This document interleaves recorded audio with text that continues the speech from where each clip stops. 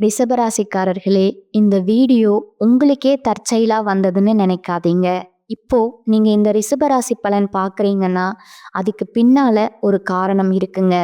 சமீப காலமா மனசுல ஏதோ ஒரு குழப்பம் அல்லது எப்ப நல்ல மாற்றம் வரும்னு ஒரு கேள்வி இருந்தா, அந்த கேள்விக்கான பதில தேடித்தான் இப்ப நீங்க இங்க வந்திருக்கீங்க. வணக்கமுங்க. இன்னைக்கு நாம ரிஷபராசிக்காரங்களோட வாழ்க்கையில இருக்கிற சில மறைக்கப்பட்ட சவால்களையும் அதுக்கான சக்தி வாய்ந்த தீர்வுகளையும் பத்தி ரொம்ப ஆழமா பார்க்க போறோம்ங்க. ரிஷபராசிக்காரங்களோட வாழ்க்கையில ஒரு பெரிய முரண்பாடு இருக்குங்க. அதாவது அவங்களோட வலிமைக்கும் போராட்டத்துக்கும் நடுவுல ஒரு பெரிய போராட்டம் நடக்குமுங்க. அது என்னன்னு இப்ப பார்க்கலாங்களா? பாருங்க, இந்த ஒரு வரியே அவங்களோட மொத்த பிரச்சனையும் சொல்லிடுதுங்க. அதாவது வெளியில இருந்து பார்க்கும்போது அவங்க ரொம்ப ஸ்ட்ராங்கா எல்லாம் சரியா இருக்கிற மாதிரி தெரிவாங்கங்க. ஆனா உள்ளுக்குள்ள அவங்க மிகப்பெரிய போராட்டங்களை சந்திச்சுட்டு இருப்பாங்க.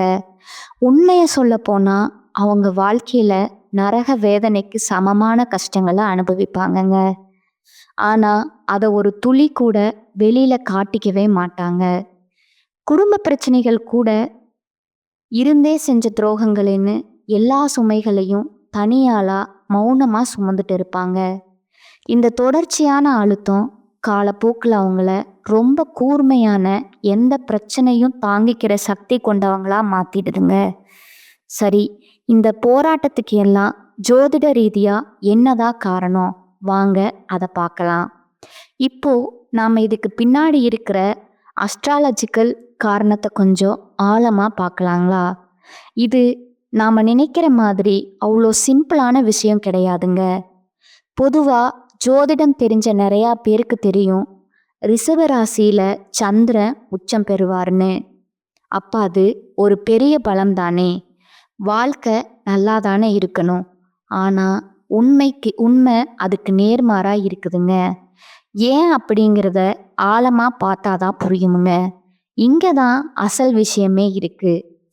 ரிஷபராசிக்கு சந்திரன் 3ஆம் வீட்டுக்கு அதிபதியா வராருங்க. இங்க இருந்துதான் எல்லா சிக்கலும் ஆரம்பிக்குதுங்க. ஜோதிடத்துல இந்த 3ஆம் வீட்டை 8ஆம் வீட்டுக்கு 8ஆம் வீடு அப்படின்னு சொல்லுவாங்கங்க. அப்படின்னா என்ன தெரியுமா? அது நாம துளியும் எதிர்பார்க்காத மறைமுகமா வர்ற பெரிய பெரிய தடைகளையும் தாங்க முடியாத மனவேதனையும் குறிக்கிற ஒரு இடமுங்க. நம்ம மனசுக்கு காரகனா சந்திரன் இந்த வீட்டுக்கு அதிபதியா வர்றதால அவரே இந்த எல்லா பிரச்சனைகளையும் நேரா ரிஷபராசிக்காரங்க வாழ்க்கையில கொண்டு சேர்த்துடுறாருங்க. இதை இன்னும் சிம்பிளா சொல்லணும்னா, நீங்க பாட்டுக்கு சும்மா உட்கார்ந்துருப்பீங்க. ஆனா பிரச்சனையும் மனப்போராட்டமும் தானா உங்களை தேடி வருமுங்க. நீங்க கூப்பிடவே வேண்டாம், அதுவே உங்க வீட்டு கதவை தட்டுமுங்க. இதுதான் அவங்க சந்திக்கிற முக்கியமான ஜோதிட சவாலுங்க. அப்போ இப்படி விடாம துரத்துற இந்த மன போராட்டத்துக்கு என்னதான் தீர்வு? ராசியோட அமைப்புல பிரச்சனை இருந்தா என்ன செய்ய முடியும்? வாங்க, அதுக்கு ஒரு ரொம்ப சக்தி வாய்ந்த பரிகாரத்தை பத்தி தான் இப்ப பார்க்க போறோம்ங்க. இந்த பிரச்சனைக்கு ஒரு தெய்வீகமான தீர்வு இருக்குங்க. அதுக்காக நாம ஒரு குறிப்பிட்ட சக்தி வாய்ந்த இடத்துக்கு ஒரு புனிதமான பயணத்தை மேற்கொள்ளணுமுங்க. அந்த இடம்தான் விஜயவாடாவில் இருக்கிற கனகதுர்க கோயிலுங்க. ஆனா ஏன் குறிப்பா இந்த கோயில் அங்க அப்படி என்ன ஸ்பெஷல்? இந்த கோயிலோட அமைப்பே சந்திரனால வர பிரச்சனைகளை சரி பண்றதுக்காகவே பிரத்யேகமா வடிவமைக்கப்பட்டதுன்னு சொல்லப்படுதுங்க. இங்க மூலவரான கனகதுர்கா அஷ்டலட்சுமிகளுக்கு நடுவுல இருக்காங்கங்க. அந்த இடத்தோட தெய்வீக சக்தியே நமக்கு கஷ்டம் கொடுக்கிற கிரகங்களோட நெகட்டிவ் எனர்ஜியை நியூட்ரல் பண்ணிடுமுங்க. சொல்லப்போனா இது ஒரு டைரக்ட் ஸ்பிரிச்சுவல் பிக்ஸ் மாதிரிங்க. ஆனா ஒரு நிமிஷம் கோயிலுக்கு போறது மட்டும் முழுமையான தீர்வு கிடையாதுங்க. அது முதல் படிதான். அடுத்ததா நாம செய்ய வேண்டிய ஒரு முக்கியமான விஷயம் இருக்குதுங்க. அதுதான் நம்மளோட மொத்த எனர்ஜியும் பாசிட்டிவா மாத்த போகுதுங்க. இந்த பரிகாரத்தோட தத்துவம் எவ்வளவு அழகா இருக்குன்னு, பிரச்சனை என்ன? தேவையில்லாத கஷ்டங்கள் உங்களை ஆட்டோமேட்டிக்காக தேடி வருதுங்க. அதுக்கு தீர்வு என்ன? நீங்கள் மற்றவங்களுக்கு சாப்பாடு கொடுக்கறதுக்காக, அதாவது அன்னதானம் செய்யறதுக்காக நீங்களா முன் வந்து அவங்கள தேடி போகணுமுங்க. வர்ற நெகட்டிவ் எனர்ஜியை நீங்கள் கொடுக்குற பாசிட்டிவ் எனர்ஜியால் கவுண்டர் பண்ணுறீங்க. அப்போது அன்னதானம் எப்படி பண்ணுறது? நீங்கள் விஜயவாடா கோயிலுக்கே அன்னதானத்துக்காக டொனேட் பண்ணலாமுங்க. அது மட்டும் இல்லாமல் உங்கள் டெய்லி லைஃப்லையே இதை ஒரு பழக்கமாக்கிக்கலாங்க. உங்கள் நண்பர்களுக்கு, குடும்பத்தினருக்கு நீங்கள் பில் பே பண்ணி சாப்பாடு வாங்கி தரலாம். உங்கள் கூட பயணம் செய்கிறவங்களுக்கு ஒரு வாட்டர் பாட்டில் இல்லை ஒரு ஸ்நாக்ஸ் வாங்கி கொடுக்கலாம். இங்கே முக்கியமானது என்னன்னா, உணவு கொடுக்கறத ஒரு தடவை செஞ்சுட்டு விட்டுடாம அதை ஒரு ரெகுலர் பழக்கமாக மாற்றிக்கணுமுங்க. ஓகே, இப்போ இது எல்லாத்தையும் சேர்த்து ஒரு தெளிவான சிம்பிளான ஆக்ஷன் பிளானாக பார்க்கலாங்களா? உங்கள் போராட்டங்களை எப்படி ஸ்திரத்தன்மை மற்றும் செல்வமாக மாற்றுறதுன்னு தெரிஞ்சுக்கலாம் வாங்க. மொத்தம் 4 ஸ்டெப் தாங்க. 1, விஜயவாடா கனகதுர்கா கோயிலுக்கு ஒரு பயணம் போங்க. 2வது, முழுமையான சரணாகதி மனசோட அம்மனை தரிசனம் பண்ணணுங்க. 3வது, அங்கே நடக்கிற அன்னதானத்துக்கு உங்களால் முடிஞ்ச ஒரு சின்ன தொகையை கொடுங்க. 4வது, ரொம்ப ரொம்ப முக்கியமானது, முடிஞ்சா நீங்கள் பிறந்த கிழமையில இந்த பயணத்தை செய்யுங்க. அதோட பலன் பல மடங்கு அதிகமாக இருக்கும்னு சொல்லப்படுதுங்க. இந்த பரிகாரத்தை முழு மனசோட செஞ்ச பிறகு ஒரு 6 மாதத்திலிருந்து 1 வருஷத்துக்குள்ள உங்கள் வாழ்க்கையில் ரொம்ப நாளாக இருந்த பிரச்சனைகளுக்கு ஒரு நல்ல தீர்வு கிடைக்குமுங்க. இது உங்கள் வாழ்க்கையில் ஒரு பெரிய பாசிட்டிவான திருப்பு முனையாக அமையும்னு உறுதியாக சொல்லப்படுதுங்க. கடைசியாக இந்த ஒரு கேள்வியோட உங்களை விட்டு செல்றோங்க. யோசிச்சு பாருங்க, பிரச்சனைகள் தானாக உங்களை தேடி வரதால இவ்வளவு கஷ்டப்படுறீங்க. அப்போது நீங்களே நல்ல சக்தியை மற்றவங்களுக்கு கொடுக்க ஆரம்பித்தா உங்கள் வாழ்க்கை எவ்வளவு உயரத்துக்கு போகும். உங்களுக்கு இந்த மார்ச்லேருந்து பார்த்தீங்கன்னா சனியுடைய வக்ர நிவர்த்தியானது ஸ்டார்ட் ஆக போகுதுங்க. அதனை தொடர்ந்து குருவுடைய வக்ர பயிற்சி, சுக்கிர பயிற்சி, சூரிய பயிற்சி, ராகு கேது பயிற்சின்னு 5 வருட கிரகங்களுடைய சேர்க்கை இனி வரக்கூடிய ஒரு 6-7 மாதங்கள் அப்படிங்கிறது உங்களுக்கு மிகப்பெரிய ஒரு ராஜயோகத்தை கொண்டுள்ள காலகட்டமாக பார்க்கப்படுதுங்க. முதலாவதா சனியுடைய வக்ர நிவர்த்தி. சனி பகவான் தற்பொழுது மீன ராசியில வக்ர நிவர்த்தி அடைய போறாருங்க. அப்படி வக்ர நிவர்த்தி அடையிறதுனால இத்தனை நாட்களா கெட்டது, அதாவது மைனஸா மட்டுமே செயல்பட்டு கொண்டிருந்த சனி பகவான் உங்களுக்கு ப்ளஸ்ஸா மாறி செயல்பட போறாருங்க. இதன் மூலமா கடந்த காலகட்டங்களில் நீங்க சனி பகவான் மூலமா எதையெல்லாம் இழந்தீங்களோ அதை அனைத்தும் திரும்ப பெறக்கூடிய காலகட்டமாக பார்க்கப்படுதுங்க.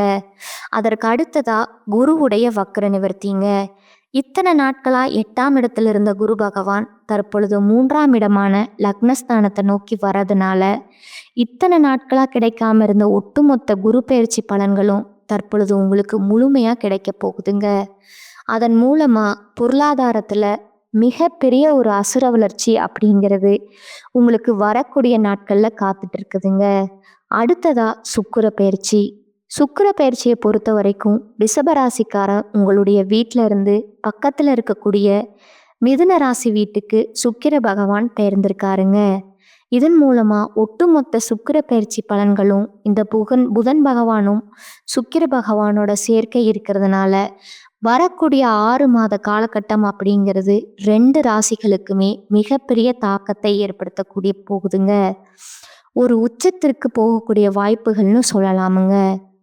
ஏன்னா ஒருத்தன் வாழ்க்கையில கொடி கட்டி பறக்கிறான்னா அவனை பார்க்குறவங்க எல்லாருமே அவனுக்கு என்னப்பா சுக்கிரன் உச்சத்துல இருக்காருன்னு சொல்லுவாங்கங்க. அந்த அளவுக்கு ஒரு உச்சத்துக்கு போகக்கூடிய மிகப்பெரிய வாய்ப்புகளும் அதிர்ஷ்டங்களும் ரிஷபராசிக்காரங்களுக்கு அதிகமாகவே இருக்குதுங்க. அடுத்ததா ராகு கேது பெயர்ச்சி. ராகு கேது பெயர்ச்சினாலே எல்லாரும் பயப்படுவாங்கங்க. ஏன்னா கடந்த காலகட்டங்களில் அதனால் நிறைய கஷ்டங்களும் துன்பங்களும் இழப்புகளும் எல்லாம் அதிகமாக சந்திச்சிருப்பீங்க. தற்பொழுது நடக்கக்கூடிய இந்த ராகு கேது காலகட்டத்தில் நிறைய விஷயங்கள் எஃபர்ட் போட்டிருப்பீங்க. அதற்காக அது கிடைக்கும்னு ரொம்ப ஆவலோடு எதிர்பார்த்து இருந்திருப்பீங்க. ஆனால் அது கிடைக்காம போயிருக்குமுங்க. நீங்கள் நினச்ச மாதிரியும் அதற்காக எஃபர்ட் போட்ட அனைத்து விஷயங்களும் விரைவில் கைவிட உங்கள் கையில் வந்து சேரப்போகுதுங்க. இந்த ராகு கேது காலகட்டம் அப்படிங்கிறது நல்ல ஒரு முன்னேற்றத்தை தரக்கூடியதுங்க. கடந்த காலகட்டங்களில் உங்களுக்கு ஒரு நல்ல வேலைங்கிறது கிடைச்சிருக்காதுங்க.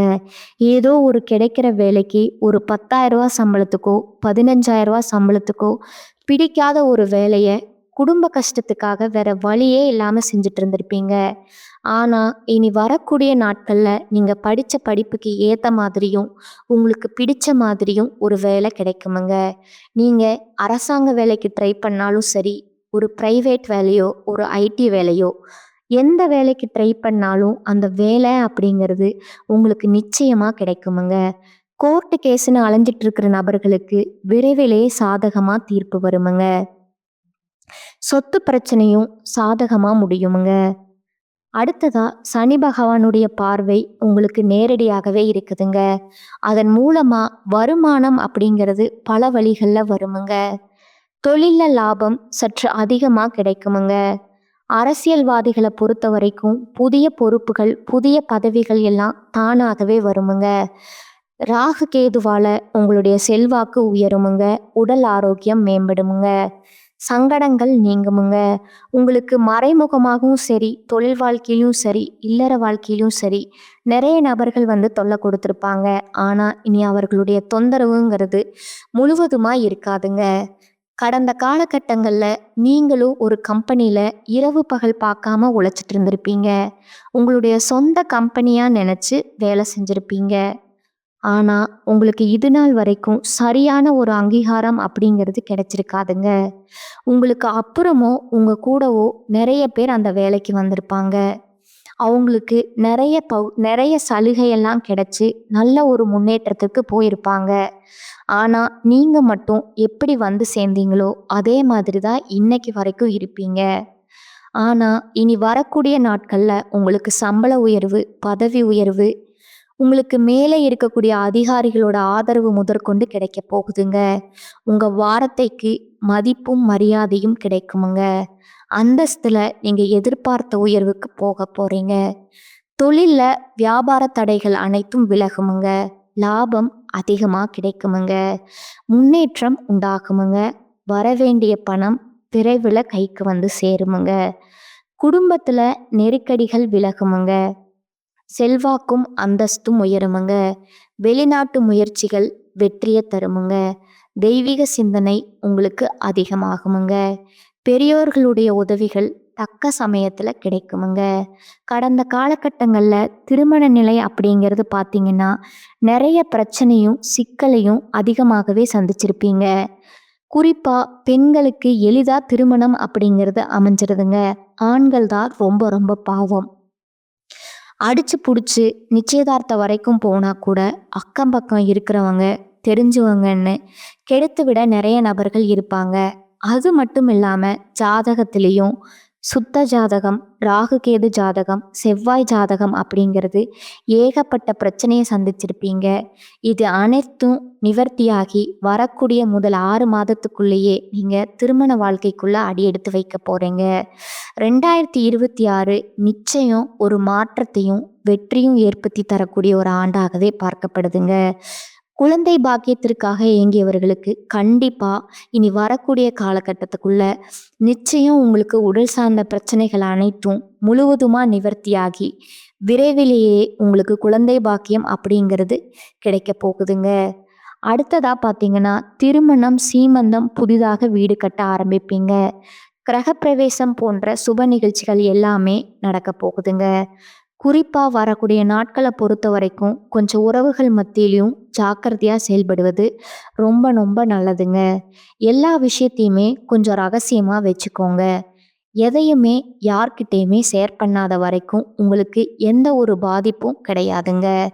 உங்களை அழிக்க நினைக்க நிறைய நபர்கள் வந்து கூடவே இருக்கிறாங்க. தவறான வழியில மட்டும் போகாம நல்ல ஒழுக்கத்துடன் வரக்கூடிய நாட்களோட இருந்தா இந்த 2026 நிச்சயம் உங்களுக்கு வெற்றியை தரக்கூடிய ஒரு ஆண்டாகவே இருக்குமுங்க. அடுத்ததா உங்களோட நட்சத்திர பலன்களை பார்க்கலாமுங்களா? முதலாவதா கார்த்திகை 2, 3, 4ஆம் பாதங்கள். தேவையற்ற அலைச்சலை குறைத்து கொள்வது நல்லதுங்க. எல்லா வகையிலும் நன்மை உண்டாகுமுங்க. மற்றவர்களுக்கு உதவிகள் செய்ய உங்களுக்கு தூண்டுமுங்க. பிரிந்து சென்றவர்களை மீண்டும் சந்திக்க நேரலாமுங்க. மாணவர்கள் கல்வியில வெற்றி பெறவும் மேல் படிப்பு படிக்கவும் எடுக்கும் முயற்சிகள்ல சாதக சாதகமான பலன் கிடைக்குமுங்க. ரெண்டாவதா ரோகிணி நட்சத்திரக்காரங்க. எடுத்த காரியத்தை தைரியமா உறுதியுடன் செயல்படுத்துவீங்க. வாழ்க்கைக்கு தேவையான புதிய வசதிகள் கிடைக்குமுங்க. உறவினர்கள் மூலம் உதவிகள் கிடைக்குமுங்க. புதிய ஆடை அணிகலன்கள் ஆடம்பர பொருட்கள் வாங்குவீங்க. வீடு மனை வாங்க திட்டமிடுவீர்கள். சிலர் புதிய வாகனம் வாங்குவார்கள். எடுக்கும் காரியம் சிறிது முயற்சிக்கு பின் நடைபெறுமுங்க. மூன்றாவதா பார்த்தீங்கன்னா மிருக சீரிசம் 1 மற்றும் 2ஆம் பாதங்க. தொழில் வியாபாரம் ஏற்ற இறக்கமா இருந்தது, இனி சீராகுமுங்க. ஆனா பழைய பாக்கிகளை வசூலிப்பதற்கு அலைய வேண்டி இருக்குமுங்க. உத்தியோகத்துல இருப்பவர்கள் கூடுதலா பணியாற்ற வேண்டி இருக்குமுங்க. அதே நேரத்துல பணிகளை செய்து முடிக்க தேவையான வசதி வாய்ப்புகள் கிடைக்குமுங்க. தேவையற்ற வார்த்தைகளை தவிர்ப்பது நன்மை தருமுங்க. உங்களுக்கான பரிகாரம் பார்த்தீங்கன்னா ஆண்டாள் தாயாரை வணங்குவது உங்களுக்கு நன்மை தருமுங்க. இந்த சேனல் உங்களுக்கு பிடிச்சிருந்தா லைக் பண்ணிக்கோங்க, ஷேர் பண்ணிக்கோங்க.